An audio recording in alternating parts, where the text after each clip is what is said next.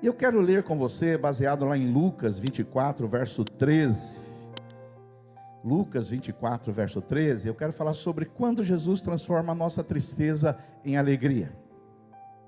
Lucas capítulo 24, a partir do verso 13, diz assim: naquele mesmo dia, que dia? Domingo, Jesus tinha acabado de ressuscitar. 2 dos seguidores de Jesus caminhavam para o povoado chamado de Emaús, diga Emaús, a 11 quilômetros de Jerusalém. Dá para ir a pé ou vamos de carro? No caminho, falavam a respeito de tudo que havia acontecido. Enquanto conversavam e discutiam, o próprio Jesus se aproximou e começou a andar com eles. Os olhos deles, porém, estavam como que impedidos de reconhecê-lo. Jesus lhe perguntou: sobre o que vocês tanto debatem enquanto caminham? Eles pararam com o rosto entristecido. Diga, entristecido. Eles estavam o que, irmãos? Entristecidos. Então um deles, chamado Cleopas, respondeu: você deve ser a única pessoa em Jerusalém que não sabe das coisas que aconteceram lá nos últimos dias. Você não lê jornal? Não está na internet? E aí Jesus pergunta: que coisas? As coisas que aconteceram com Jesus de Nazaré, responderam eles. Ele era um profeta de palavras e ações poderosas aos olhos de Deus e de todo o povo. Mas os principais sacerdotes e os outros líderes religiosos o entregaram para que fosse condenado à morte e o crucificaram. Nós tínhamos esperança de que ele fosse aquele que resgataria Israel. Isso tudo aconteceu há 3 dias. Algumas mulheres de nosso grupo foram até o seu túmulo hoje bem cedo e voltaram contando uma história surpreendente. Disseram que o corpo havia sumido e que viram anjos que lhe disseram que Jesus estava vivo. Alguns homens do nosso grupo correram até lá para ver, e de fato tudo estava como as mulheres disseram, mas não o viram. Então Jesus lhes disse: como vocês são tolos! Como custa a entender o que os profetas registraram nas Escrituras? Não percebem que era necessário que o Cristo sofresse essas coisas antes de entrar em sua glória? Então Jesus os conduziu para todos os escritos de Moisés e dos profetas, o Antigo Testamento, explicando o que as Escrituras diziam a respeito dele. Aproximando-se de Emaús, o destino deles, Jesus fez com que seguiria a viagem, mas eles insistiram: fica conosco, Senhor, essa noite, hoje é tarde. E Jesus foi para casa com eles. Quando estavam à mesa, ele tomou o pão e o abençoou, depois partiu e lhes deu. Então os olhos deles foram abertos e o reconheceram nesse momento, e ele desapareceu. Disseram um ao outro: não ardia o nosso coração quando ele falava conosco no caminho e nos explicava as Escrituras? E na mesma hora levantaram-se e voltaram para Jerusalém. Ali encontraram os 11 discípulos e os outros que estavam reunidos com eles, que lhes disseram: é verdade que o Senhor ressuscitou, ele apareceu a Pedro. Então os 2 contaram como Jesus tinha aparecido enquanto andava pelo caminho e como haviam reconhecido quando ele partiu o pão. Então vocês já entenderam aqui. O contexto aqui é que Jesus, no domingo pela manhã, Jesus ressuscitou entre os mortos, e alguns ouviram uns boatos que Jesus não estava mais morto, mas foram as mulheres que disseram. Então nós acabamos de ler esse texto longo, você entendeu bem a história, e eu queria que você olhasse agora o verso 17. A Bíblia Sagrada diz que esses 2 discípulos que estavam caminhando para uma aldeia, para um vilarejo chamado Emaús, a 11 quilômetros de Jerusalém, a Bíblia diz no verso 17 que eles pararam com o rosto entristecido. Eles pararam com o rosto entristecido. Se eu pudesse perguntar para você: qual é a enfermidade mais universal que existe?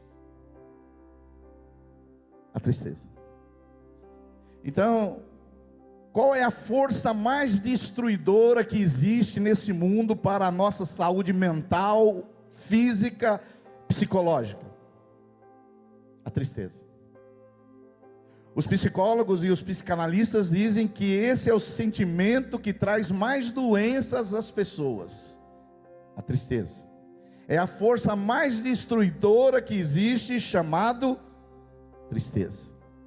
Por isso que em Provérbios capítulo 17, verso 22, vai dizer assim: o coração alegre é o que, irmãos? Bom remédio. Mas o espírito abatido faz secar os ossos. Olha só, um coração alegre, ele é remédio.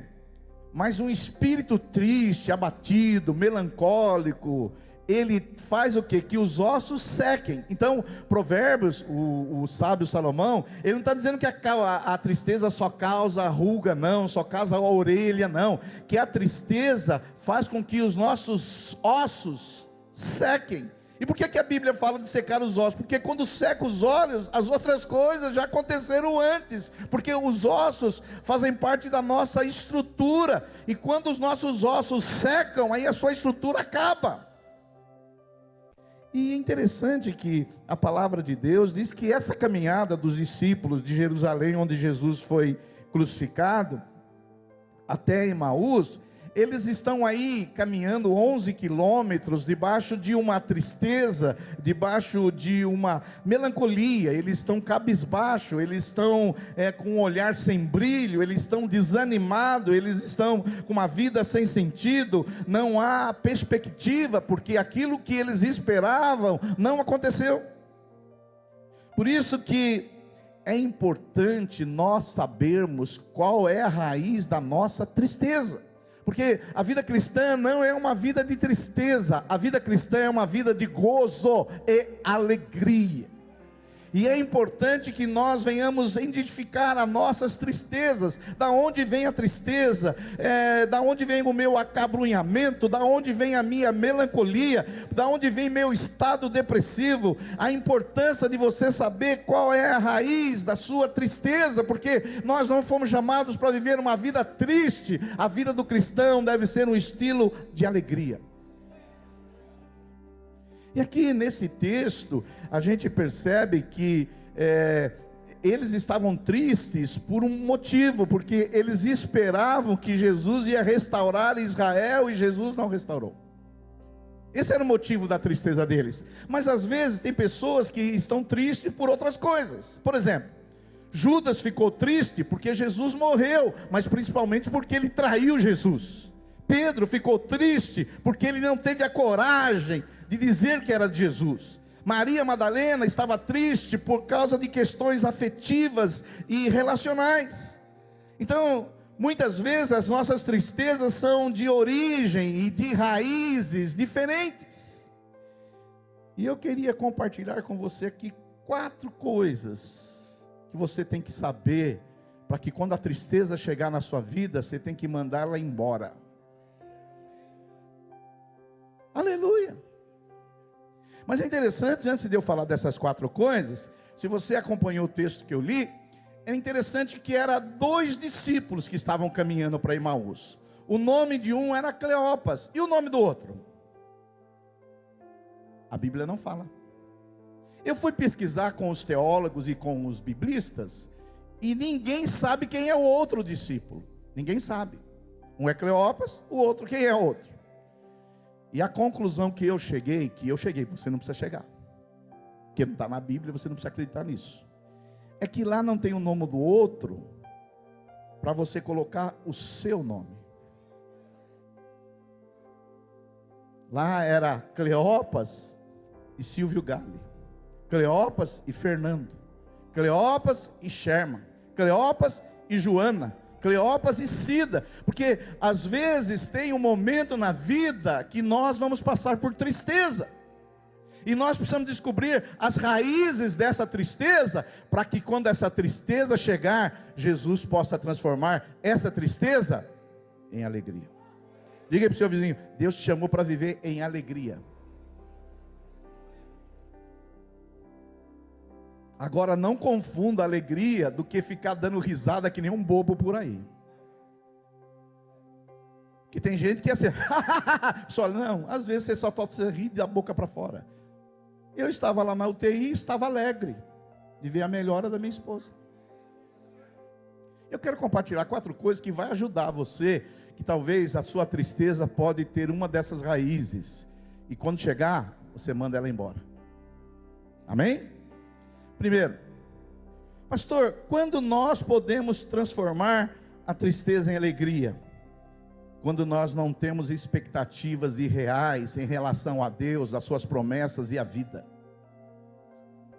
Primeiro motivo que às vezes nos deixa triste, são expectativas irreais que nós temos em relação a Deus, em relação às promessas de Deus, em relação à nossa própria vida.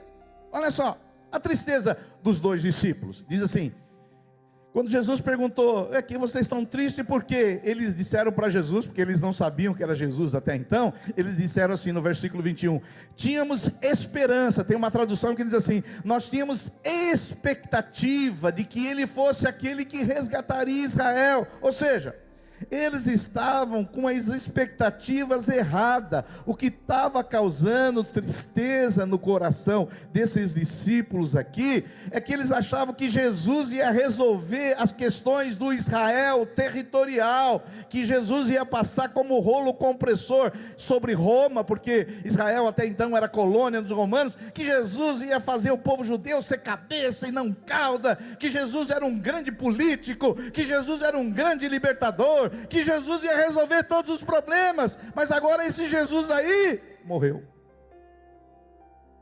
Muitas pessoas, às vezes, meus irmãos, elas estão tristes, sabe por quê? Porque elas têm expectativas irreais sobre a vida, expectativas irreais sobre Deus, expectativas irreais sobre as promessas de Deus. Você criou uma expectativa em você mesmo, você teve um sonho, você quis que algo acontecesse e não aconteceu, e agora você está triste.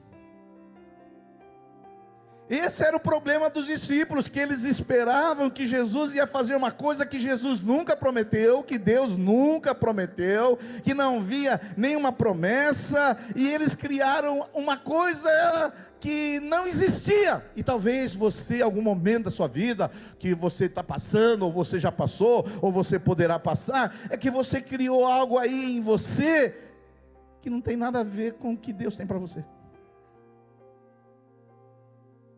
Por exemplo, a minha mulher agora, em dezembro, foi fazer uma endoscopia, e diagnosticou um câncer no estômago. E aí, pode surgir, na minha cabeça nem na dela surgiu. Por que comigo? Por que aqueles caras que estão tomando cachaça lá no boteco, o Senhor não põe um câncer neles? Entendeu? Por que comigo? Eu sirvo a Deus, eu amo a Deus, eu entrego a minha vida para Deus, eu consumo meus ossos para Deus, e eu que fico doente. E tem ímpio que está cheio de saúde, tomando pinga todo dia. Sim ou não? Agora, se você não sabe, 1 milhão de pessoas no Brasil contrai câncer por ano. 1 milhão. 1 milhão de pessoas contraem câncer no Brasil. 1 milhão. Todo ano, 1 milhão de brasileiros vão ser diagnosticados com câncer. Agora, você talvez, por ser evangélico, você acha que não tem nada a ver com você, não. Isso aí é para católico, é para espírita, é para macumbeiro, é para ímpio, é para ateu, para agnóstico. Eu não. Eu é só saúde. Então, vai pensando desse jeito que você vai ficar triste. Por quê? Não há promessa que todos os crentes serão curados. Quem conhece algum crente que já morreu de doença? Os que não levantaram a mão vivem em que planeta? Crente também fica doente. Ei, crente também morre, crente também tem problema de saúde. E às vezes, As pessoas acham que por ser evangélicas, elas estão blindadas contra a enfermidade. Ô pastor, não dá para falar coisa mais legal? Não, filho, seja bem-vindo ao mundo real. Tem um pastor amigo meu, um pastor em São Paulo, que ele disse que teve um irmão que foi na igreja dele e não vai mais. Falou, não vou mais na igreja desse pastor. E esse meu amigo pastor quis saber, mas por que ele não quer vir na nossa igreja, uma igreja tão legal? Ele falou, não gosto de vir na igreja desse pastor, porque lá ele põe nós no mundo real.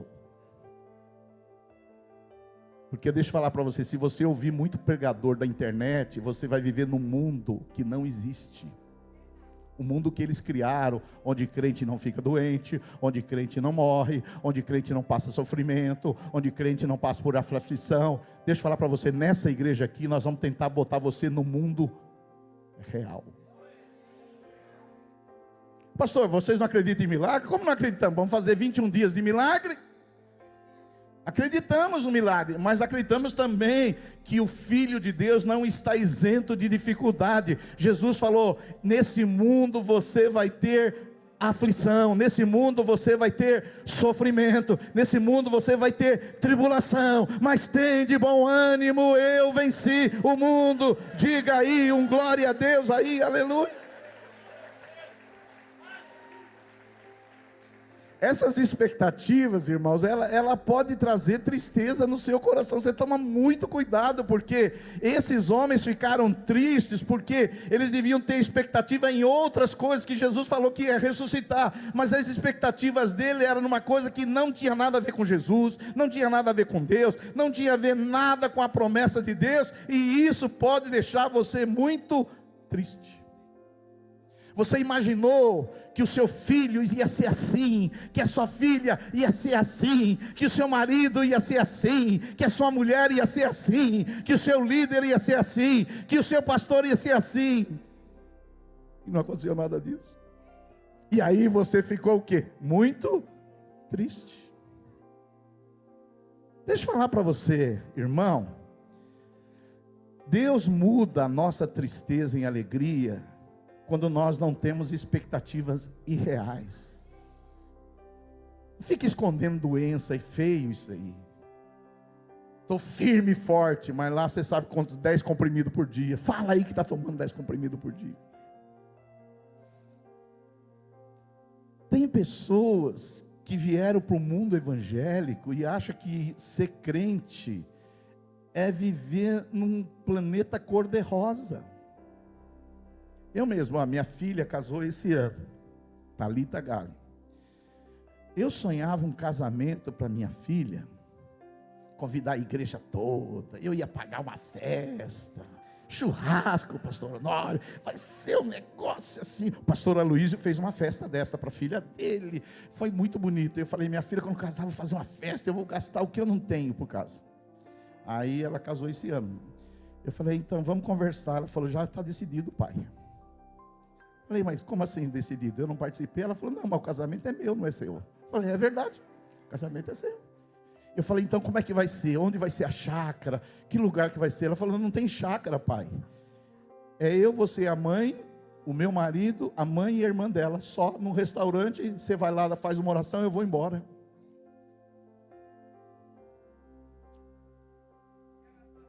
E ela está certa.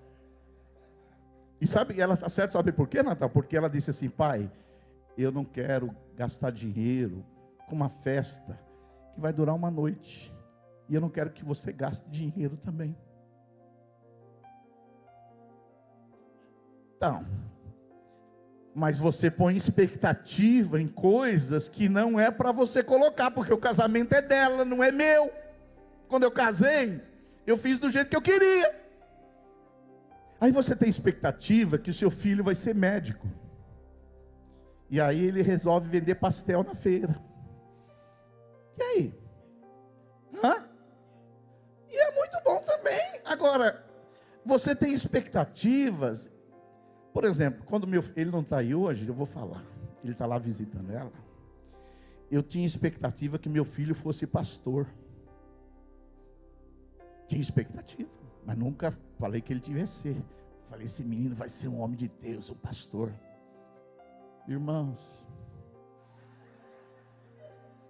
está bem longe disso. Está mais fácil ele ser jogador de futebol, mas não vai ser nenhum nem outro. É que às vezes, eu só estou falando para você, que às vezes você coloca expectativa nos seus filhos, no seu marido, na sua mulher, no seu líder, no seu pastor, que são irreais. Você não controla as pessoas têm um destino delas, o propósito delas, o temperamento dela, a personalidade dela, o jeito dela, e você não tem nada a ver com isso. Entendeu? O que causa às vezes tristeza na nossa vida? É ter expectativas irreais. Você teve expectativa de algumas coisas que não tem nada, você não tem o controle dessas coisas, você não pode fazer nada por isso. Aleluia. Eu estou botando você muito no chão. Bem-vindo ao mundo real. E esses discípulos, por que eles estavam tristes, Joana? Expectativas irreais que Jesus ia restaurar Israel. E tem gente até hoje com essa expectativa que Jesus vai restaurar Israel. Mas eu não sou desses não.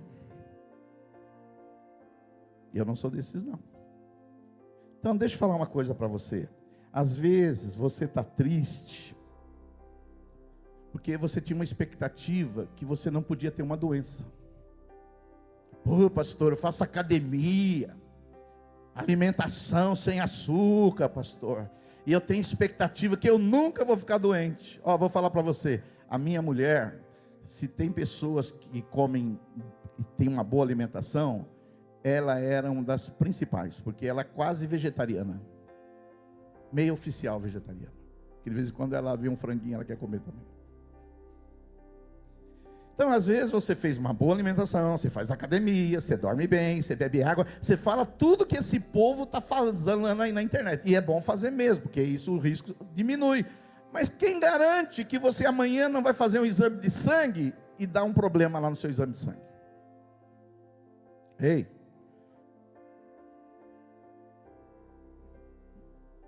Eu estou com medo de botar você muito com o pé no chão aqui hoje.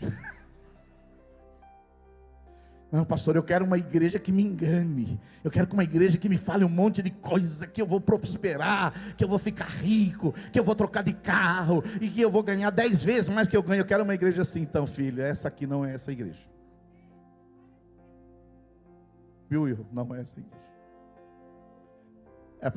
Aqui não tem pregação coaching. Você vai ouvir uma pregação coaching, que você vai ser a melhor versão de você mesmo. E eu digo para você, se você olhar para dentro de você, você é pior por dentro do que por fora. Volta para cá para não ficar muito ruim. Primeiro motivo que causa tristeza são expectativas irreais. Segundo motivo que às vezes Deus precisa transformar a nossa tristeza em alegria, é quando não permitimos que a esperança seja contaminada pela ansiedade. Olha lá, Lucas capítulo 24, verso 21, os dois discípulos, eles disseram assim, nós tínhamos esperança de que ele fosse, que resgataria ou restauraria Israel. Isso tudo aconteceu há quantos dias, irmãos? 3 dias. Ou seja, eles no lugar, presta atenção, no lugar de domingo, eles têm a expectativa certa, que Jesus disse que ia ressuscitar no 3º dia, então eles deveriam contar, se não for ruim de matemática. Se ele morreu na sexta, sábado, domingo. Que dia Jesus ia ressuscitar? Domingo. Então domingo deveria ser o dia mais esperançoso deles. O domingo deveria ser o dia mais glorioso. Jesus ressuscitou, as coisas vão mudar após a ressurreição de Jesus. Mas era o dia que eles estavam tristes, porque eles achavam que 3 dias era muito para esperar. 3 dias. Eles disseram assim: olha, a gente está triste, nós estamos abatidos, porque hoje já é o terceiro dia. Então muitas pessoas, às vezes, elas permitem que a ansiedade contamine a esperança delas, e elas acham que às vezes algo que Deus vai fazer, tem que ser a toque de caixa, mas só passaram 3 dias. E às vezes, você está orando por algo, você está clamando por algo, você está invocando por algo, Deus vai fazer, porque Deus é bom, Ele é bom e sabe amar, e Ele nos abençoa, Ele é um Deus abençoador. Tem coisas que Deus vai fazer, tem coisas que Deus não vai fazer, mas a coisa que Ele vai fazer, você quer que Ele faça em 3 dias. Você aprontou a vida inteira, e agora quer que em 3 dias Ele resolve tudo. Você comeu o que não devia a vida toda, e agora você fez um regime de 3 dias e quer perder 10 quilos. Isso não existe. Deus tem promessa para você, meu irmão. Deus vai salvar a sua família. Há uma promessa na Bíblia Sagrada. Deus vai fazer algo na sua vida, em nome de Jesus. Mas sai desse negócio de ansiedade por causa de 3 dias. Davi foi ungido rei pelo profeta Samuel, mas ele levou 14 anos para ser ungido. Moisés foi começar a ter um ministério com 80 anos. Ei, e você quer resolver tudo em 3 dias. Então não permita, às vezes, porque às vezes você tem promessa de Deus na sua vida, e se Deus falou, Ele vai cumprir, e se Ele falou, Ele vai fazer, mas tira essa questão de 3 dias da sua vida. Às vezes demora um pouco mais, mas o relógio de Deus não está atrasado. Ele vai levantar e vai tirar essa tristeza, e vai cumprir a promessa dEle na sua vida, em nome de Jesus. Dá um glória a Deus aí. Aleluia. É que nem eu vou lá todo dia. Vou lá visitar minha mulher de manhã e de noite, todo dia. Só que a minha parte sanguínea hemorrágica, que me atrapalha muito, às vezes me ajuda, mas às vezes me atrapalha demais. Eu chego lá, eu já quero que ela já esteja fazendo ginástica lá na UTI. Aí eu chego, entro lá no hospital: oi, tudo bem? Que tudo bem? Está melhor? Ela assim, um pouquinho melhor. Aí eu falo: puxa vida, eu pensei que ela tivesse mais melhor. Mas Silvio Gale, é um processo. Já faz 18 dias que ela está lá, mas ela está melhorando a cada dia. Mas às vezes você quer que o seu marido mude em 3 dias, mulher.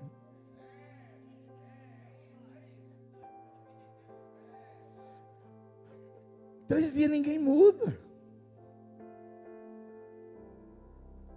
Por isso, tem esperança. Há uma promessa de Deus sobre a sua vida, creia, vai acontecer. Olha, irmãos, eu tenho assim muita convicção. Minha mulher vai sair agora da UTI, vai para o quarto. Ela falou que já vai fazer até academia. Falou que agora vai comer mais do que ela comia, porque ela era ruim de comida. Aleluia. Entendeu?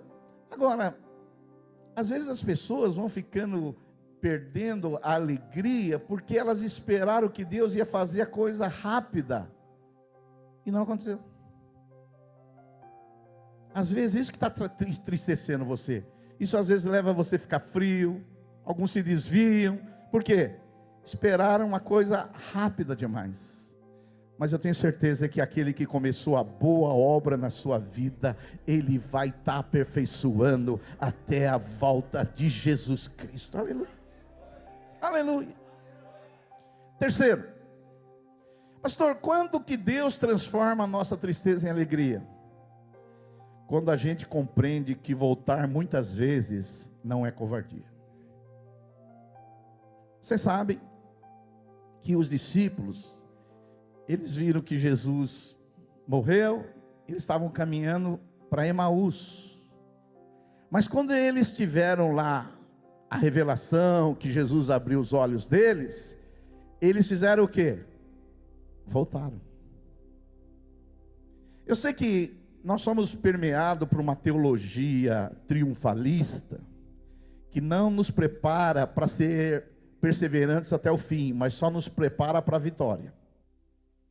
E às vezes isso entra na nossa cabeça, E esses discípulos aqui, eles entenderam que eles estavam no caminho errado. Não era para eles irem para Emaús. É para eles ficassem em Jerusalém, porque em Jerusalém que eles receberiam o poder do alto. Mas eles estavam indo para quê? Para Emaús. Emaús é o quê? O caminho da melancolia. Emaús é o caminho do acabrunhamento. Emaús é o caminho da depressão. Eles estavam indo para a direção errada. E se você vai para a direção errada, o caminho que é tristeza, é melancolia, é depressão. Esse é o caminho errado. Mas quando Jesus abriu os olhos deles, eles viram que eles tinham que voltar. E graças a Deus, porque eles voltaram.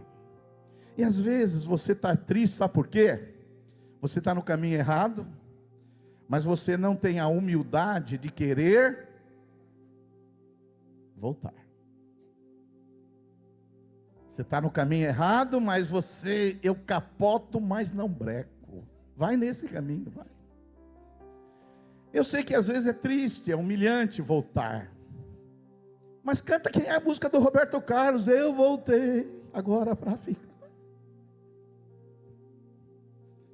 Porque tem gente, deixa eu falar para você. Tem gente, por exemplo, que saiu dessa igreja aqui por motivos pequenos.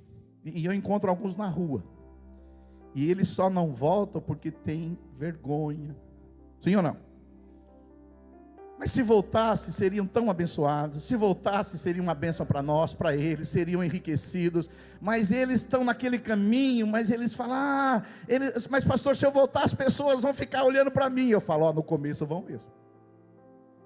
Mas depois eles acostumam. Eu não sei você, mas nessa minha jornada com Jesus, com 47 anos, eu já tive algumas vezes que voltar. Para aqueles que não sabem, eu estou aqui há 32 anos, mas eu estive em 2 períodos, de 91 a 96, aí eu fui para Caçapava, Vale do Paraíba, e lá nós tínhamos 3 escolas, só que Deus, eu estava no caminho de Emaús, estava ganhando dinheiro, mas não estava realizando o meu chamado.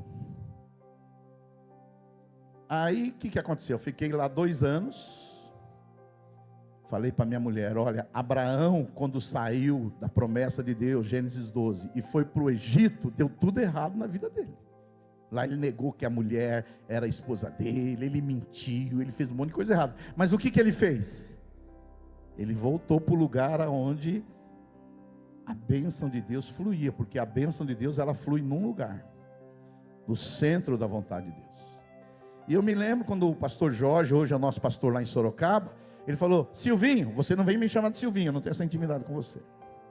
Ele falou, Silvinho, você tem que voltar para Mauá. Isso foi em 98, desde 98 que eu estou aqui nessa segunda fase. Aí eu falei com a minha mulher, agora vai ter que voltar. E vou falar uma coisa para você, você mora aqui em Mauá, mas depois que você conhece bem o interior de São Paulo, você não tem mais vontade de voltar para Mauá. Você não tem muita vontade. Mas eu aprendi que o lugar mais belo, mais bonito que existe, não é a cidade, é o centro da vontade de Deus. No centro da vontade de Deus as coisas fluem, as coisas prosperam, o poder de Deus vem, a unção vem, a glória vem, a presença de Deus vem, os frutos vêm, a manifestação de Deus vem. E aí o que aconteceu? Voltei em 98. E peguei esse ossinho aqui, esse microfone, e não quero soltar mais. Você vê, e quando eu voltei, você vê o que acontece. Essa igreja era a igreja lá no Guapituba, ela tinha mais ou menos uns 150 membros, uma igreja destinada a ser uma igreja batista num bairro. Você vê, depois desses anos, nós viemos para cá, compramos essa área, plantamos mais de 80 igrejas para a glória de Deus. Você pode dar um glória a Deus para isso? Não.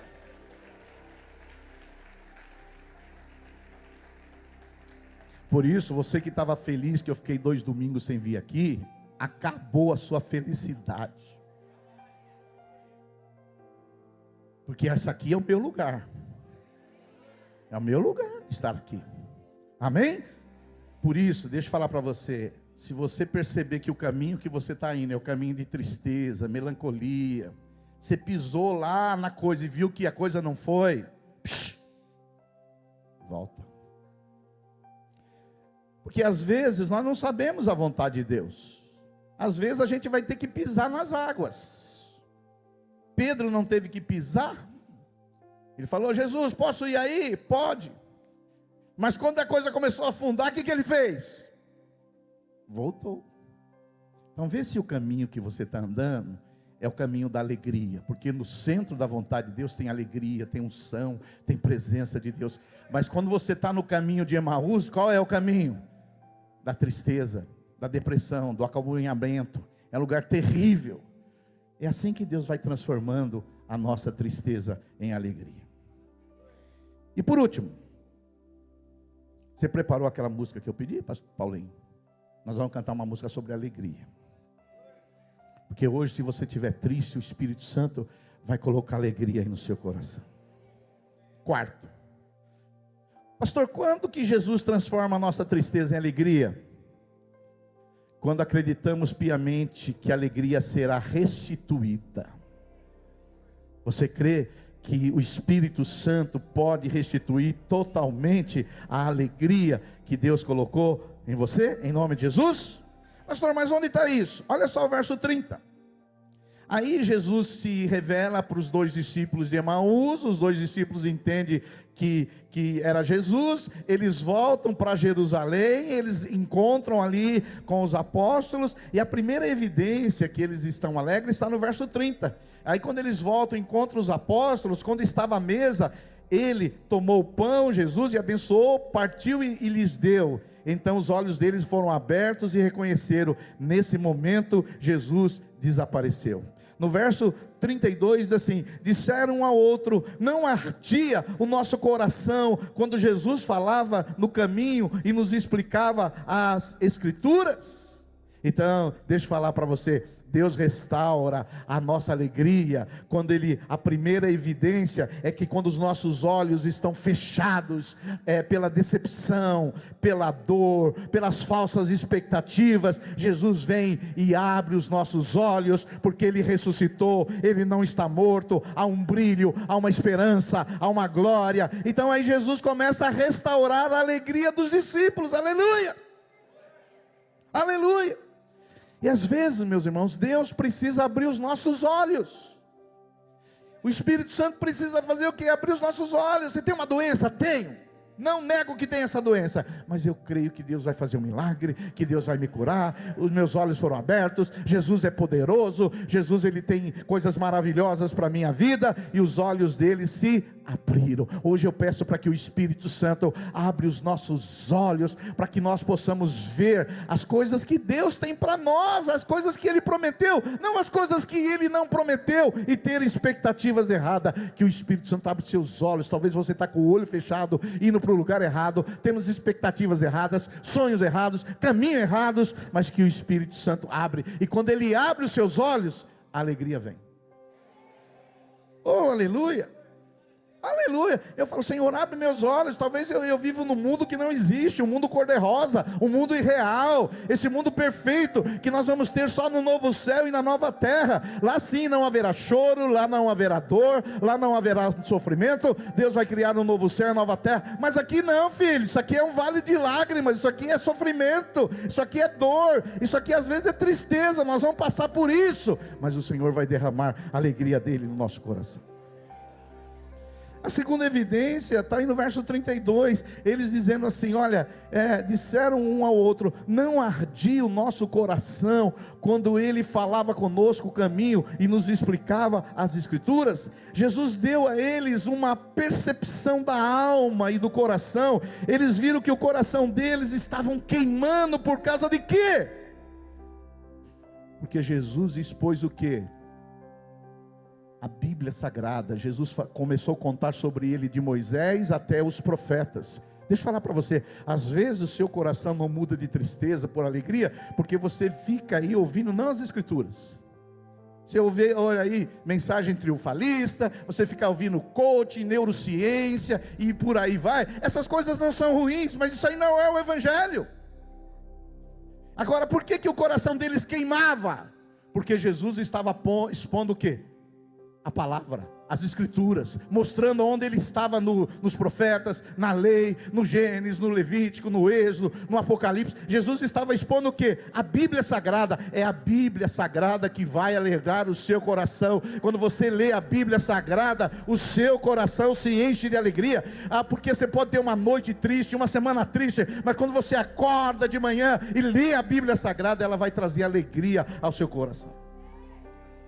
É a Bíblia Sagrada que alegra o nosso coração. Não é ficar ouvindo que nós somos a melhor versão, que nós somos maravilhosos. Não é isso que alegra o nosso coração, não. O que alegrou o coração deles é quando Jesus, ele tocou nas emoções dele, porque o coração dos dois discípulos ardia. Eu espero que o seu coração, ao ouvir, ao ler a palavra de Deus, ele queime, ele arde, ele consuma os seus ossos de alegria de ouvir a Bíblia Sagrada.